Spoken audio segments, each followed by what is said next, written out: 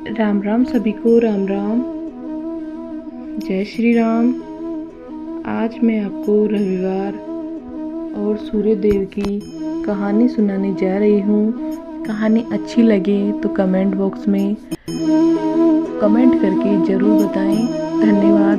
तो सुनिए सूर्य भगवान की कहानी। एक बुढ़िया थी जो कि सूर्य देव की बहुत बड़ी भक्त थी। वह हर रविवार को प्रातःकाल स्नान करती और घर में पूरे घर को गोबर से लीपती, फिर भोजन तैयार करती और सबसे पहले भोग सूर्य भगवान को लगाती। इसके बाद ही वह बुढ़िया माई भोजन करती।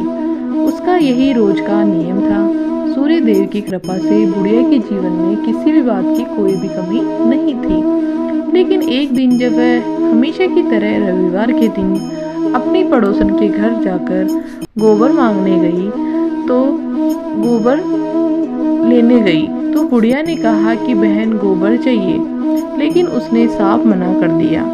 बुढ़िया की पड़ोसन ने गोबर के लिए साफ मना कर दिया। इससे बुढ़िया दुखी होकर घर वापस आ गई और भोजन नहीं बनाया।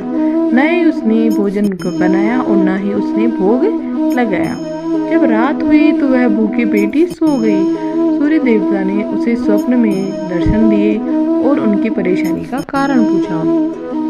बुढ़िया के दुख का कारण सुनकर सूर्य देवता ने उसकी सभी मनोकामना पूरी करके गाय का आशीर्वाद दिया और अंतर्ध्यान हो गए। जब बुढ़िया की आंखें खुली तो वह हैरान हो गई और आश्चर्य में पड़ गई।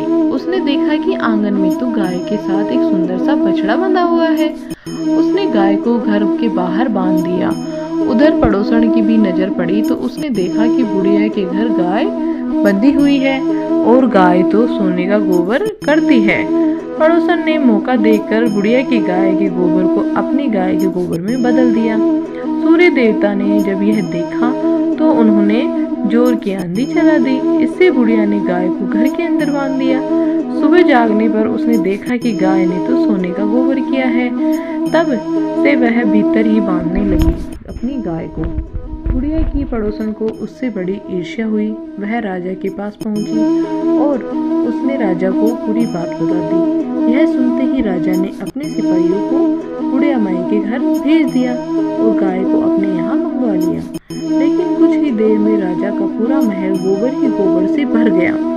राजा ने सिपाहियों को आदेश दिया कि गाय को बुढ़िया के पास वापस छोड़ आओ। बुढ़िया माई के पास वापस छोड़ दिए और पड़ोसन को दंड दिया।